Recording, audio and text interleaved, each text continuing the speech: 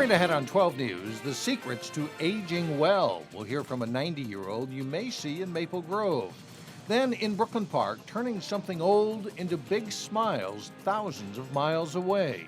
But first, concerned nurses at North Memorial Medical Center. Now they want to change the game.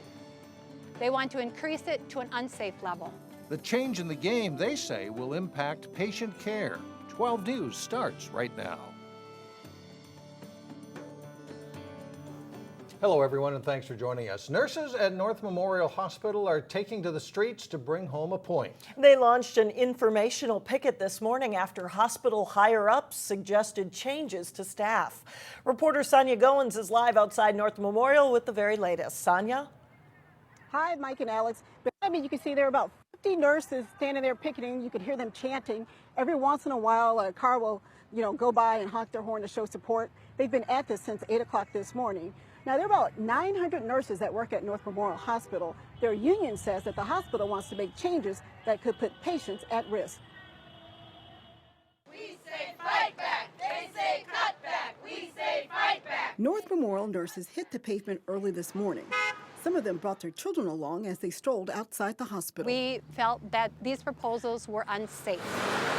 The nurses say they are being asked to compromise patient care by taking care of more patients during their workday. They're focusing on the med-surg floors, who normally take 3 to 4 patients, and want to increase it to 5 patients. Along with that, they want to downsize how many nurses aides that we have to assist us. The nurses say they typically work 8 to 12 hours on a given day, and that if they are asked to work with less help and more patients, it's the patients who will suffer. Well, what it means for a patient is a delay in their meds, delay in pain meds, delay in being turned every couple hours if that's what you require. North Memorial Management issued this statement. We will continue to staff our hospital and adjust our care team resources, which includes doctors, nurses, and other staff to safely meet our patients' needs while delivering high-quality care. It's also important to note North Memorial was just awarded a Patient Safety Excellence Award for a 5th year in a row. But now they want to change the game. They want to increase it to an unsafe level. Nurses walking the line say they want that same high-quality service to continue. I hope we will take very strong action to ensure the safety of our patients. State Representative Karen Clark also showed up to support the nurses. She used to work at HCMC, so she knows what the nurses are dealing with. It's a disaster when there aren't enough nurses on hand to provide the quality care. It's just, it's inhumane. Now, the nurses say that if the policies are implemented, it could put their licenses in jeopardy because they say they would not be able to provide quality care. Now, the management team of the hospital did not want to go on camera. That patient care comes first. 12 News. All right, thanks, Sonia. Brooklyn Center Police helped enforce a national crackdown on child sex trafficking. They arrested 2 men and 6 women as part of a sting led by the FBI. No minors were found. The sting, dubbed Operation Cross Country, was carried out in more than 100 cities nationwide, resulting in the rescue of dozens of children, including one found elsewhere in Minnesota. A big vote for what the New Hope mayor calls a big deal. The New Hope City Council gave its support to Iowa-based Hy-Vee to build a gas station in addition to a grocery store at the former Kmart site. This grocery store is the biggest part of the development, but Hy-Vee considered the gas station a deal breaker if it wasn't approved. New Hope's current zoning rules don't support a gas station in the city center area. I did my research, and Hy-Vee in Iowa, in one of their stores, wanted to expand an existing store to basically the concept that they propose here. The city involved said no, and that city is now the proud home of a vacant Hy-Vee. The City Council supported the gas station with a 4-to-1 vote. Mayor Kathy Hemken noted that she's received numerous calls about Hy-Vee. She says 99% were positive. Hy-Vee plans to open in the fall of 2015. In 3 weeks, Major League Baseball's All-Star Game will draw thousands to Target Field in Minneapolis, and the squeeze is already on for hotel rooms in the Northwest Metro. One of the reasons is on the very same day as the All-Star Game, more than 500 soccer teams will be in town for the Schwann's USA Cup tournament in Blaine. At hotels including Embassy Suites in Brooklyn Center and the Marriott Northwest in Brooklyn Park, they're booked solid on July 15th and much of that week. All 230 rooms at the Marriott have been sold out for several months. It's likely a domino effect with guests coming in for soccer, but also some for business. I think it's more of the corporate crowd that couldn't get in downtown. I think that most of the all-star attendees are staying at the hotels downtown, and then that just creates pressure out here in the suburbs. So I think there's other people that still need to do business in the Twin Cities and in this area in general. So people that may have stayed downtown now are staying with us out in the suburbs. Available hotel rooms are going for a premium rate. We found a few in the Northwest Metro for just under $200. In Brooklyn Park this morning, kids said goodbye to old playground equipment. But the equipment is getting a second life overseas. And 12 News reporter Carissa Wyatt explains how it will make a new group of children very happy. For most of us, this is kind of hard work. These men are all working hard out in the hot sun. I like working with a crew of guys, and we're doing a real beneficial thing. Disassembling the playground at Brookdale Park. It's kind of like putting a jigsaw puzzle together, really. But we accomplish it. The Lord provides wisdom, and we get the job done. They don't get any money for doing this labor-intensive job. We get a good meal. Paul treats us good at Perkins. But their efforts pay off in another way. See some of those kids sliding on that side with the beaming faces they come on. Yeah, that's what drives us to do this stuff. These volunteers are part of a group called Kids Around the World, which recycles and refurbishes playground equipment for children in other countries. So many of our children that we build playgrounds for have never seen a playground. I mean, literally have never played on a playground. In the past few years, they've rebuilt hundreds of playgrounds. You don't have to teach a child how to play on a playground. It's in their DNA. Some of them from the West Metro. Clean them up. We replace parts that have to be replaced, all new hardware, and repaint all the poles. While volunteers say that they don't know exactly where this Brooklyn Park playground is going, they do know that it's going to a country with war, famine, or significant issues that make it difficult for a kid just to be a kid.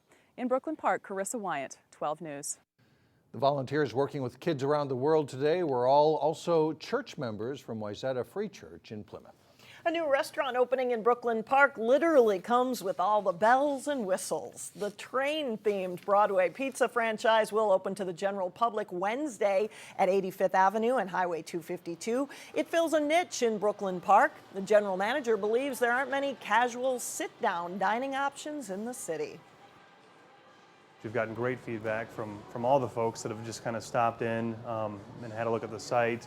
All the stuff on Facebook, you know, people seem really excited about what we're doing, and yeah, we want to be a family-friendly place. Bring the kids, stop in for a beer after the game, all that. MGM Liquor had tried to move into this location, but was voted down by the Brooklyn Park City Council due to concern about an oversaturation of liquor stores. Coming up, learning to age well. We visit a good place to start in Maple Grove. Then later in sports, top golfers go head-to-head at the Minnesota Golf Association Players Championship. But first, a break from the rain. Take advantage of a beautiful Wednesday.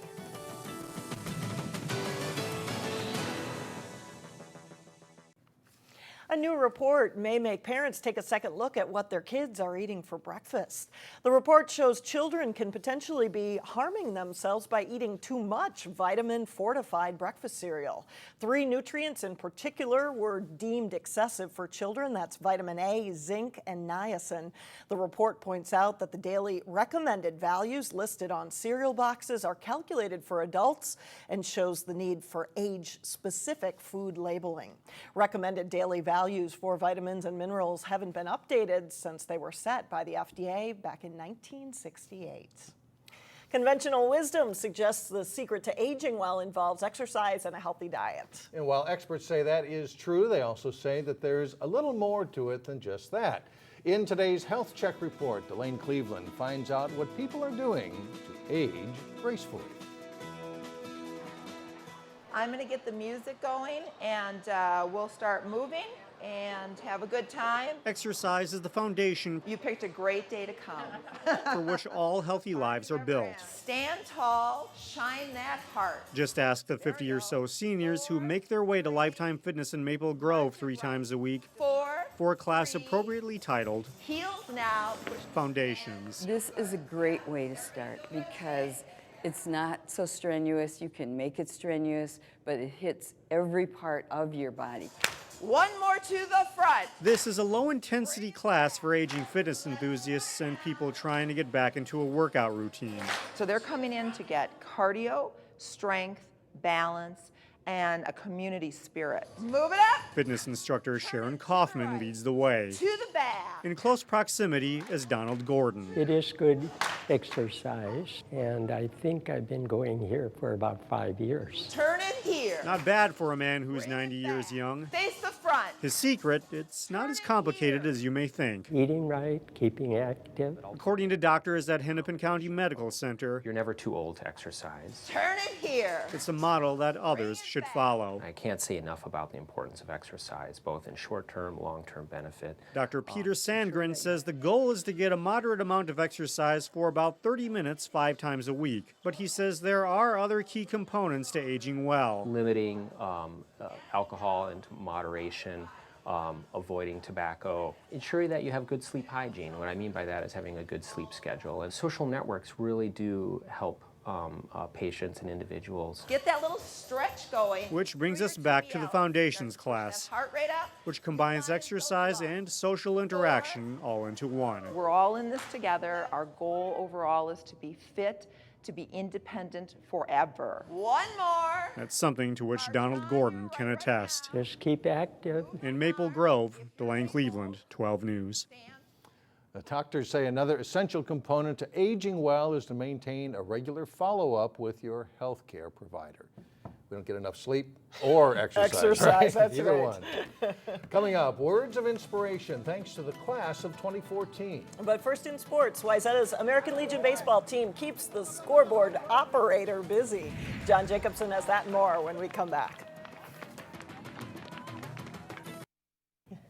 A pretty good day for golf, and we are talking about some pretty good golfers here, too. Some guys that can really hit the ball, and good competition out in Wayzata today. Though it's a short season with our climate, there is a pretty strong golf scene around the Twin Cities. The 36th Minnesota Golf Association Players Championship Tournament is a 3-day match play event. 64 players started the event Monday, down to 16 to start on Tuesday, including Christian Klein playing on his home course at Woodhill Country Club. Klein was matched against veteran Jim Lehman. Lehman with a nice putt from just off the green at 14. The brother of Minnesota Golf Hall of Famer Tom Lehman halves the hole and goes on to beat Klein 4-3. Playing a group behind Lehman and Klein, this is Rush Creek's Troy Johnson. The Osseo High School graduate faced Jesse Bull of Golden Valley Country Club. Bull making his putt on 15 to have the hole. And then on 16, Johnson with a chance to go 2 up, but his birdie putt coming up here just a couple of rotations short. And so he remains 1 up with 2 holes to play. Bull wins the 17th hole, and so it comes down to 18. And Jesse Bull with a 7-footer to win the hole, and he makes it and takes the match 1 up. Bull advances to this afternoon's quarterfinals against Lehman. The tournament concludes Wednesday at Woodhill. Last weekend was the Play Ball Minnesota High School All-Star Baseball Tournament. Saturday, the Football All-Stars from the class of 2014 hit the field for the Minnesota Coaches Association All-Star Game. And our area is well represented. Here's a look at the local players slated to play for the North team. They are Osseo wide receiver Connor Kittleson, Maple Grove defensive back Jake Engelken, and offensive lineman Cam Garlick, tight end Matt Juneau of Champlin Park, quarterback Keaton Studsrud of Benilde, running back Carlton Jam, and linebacker John Sitar, Jatino Grace, and Rogers linebacker Nate Weber. The game moves to St. John's University in Collegeville this year. It's at 1 o'clock Saturday afternoon. You can watch the game live through our website at 12.tv. You can catch it on Channel 12, Monday, June 30th at 10 a.m. and 10 p.m. and Tuesday, July 1st at 7 and 10 p.m. We'll hear from some of our local players as we visit All-Star Training Camp. That comes up Wednesday starting at 4 on 12 Sports. We're at about the halfway point of the regular season in American Legion Baseball. Wayzata Post 118 got the bats going Monday night. Wayzata at home to face Giant Valley of Minneapolis. Wayzata is on fire early with the bats. Brendan Brody drops a hit that's short-hopped by the right fielder. Christian Linhart scores, and it's 1-0 in the first. Then up 3-0 in the first. Tyler Brackey delivers a hit to right center. Connor Trickstead and Nick Olmanson score on the play to make it 5-0. And the barrage continues. Thomas Nettleton slaps a hit up the middle. Hands Allwin and Brackey score to make it 7-0. They had one more to go up 8-0 after a half inning. They played some solid defense behind pitcher Michael Bolke. Second baseman Allwin starts a crisp 4-6-3 double play to end the bottom of the first. A great start for Wayzata. Bolke has some fun in the third while Giant Valley flails away. Jesse Ratzliff goes down swinging, followed by Mitch Kokerts here. And then Peter Webster as Bolke fans the side and keeps it an 8-0 lead for Wayzata. In the fourth inning, already a 10-0 lead. Allwin drops a single into left field. Eric Stolt hustles around to score to make it 11-0 Wayzata. Kyle Haskamp delivers an RBI single in the inning as well. Wayzata cruises on to a 13-2 win in 5 innings. A good win for a Wayzata team that's playing pretty well so far this summer. All right, thanks a lot, John. Still ahead, a story that shows the future is bright. Class of 2014 leaves a lasting impression when we come back.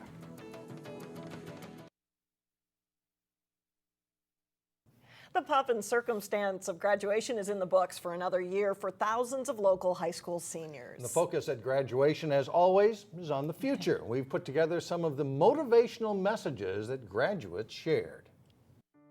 We're the movers and shakers, the go-getters, the dreamers and the achievers, the pioneers of the modern frontier, blazing our own trails to the American dream. Now, it's our time to prove it to the world. We are here because there is something inside of us that the next generation needs.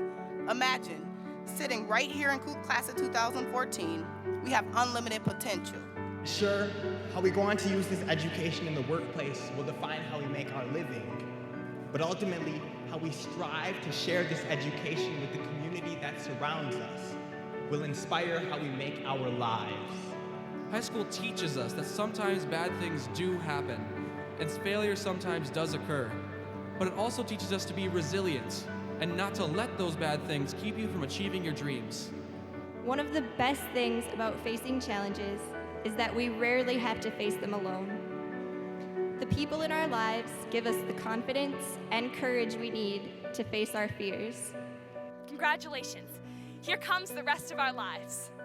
Now I'm gonna sit down and graduate with you guys, but first, let me take a selfie. I love it. And then he posted it, so. He did, if that doesn't tell you in the Times, right? Exactly. That's it for now. Thanks for joining us, everyone. We'll see you back here tomorrow.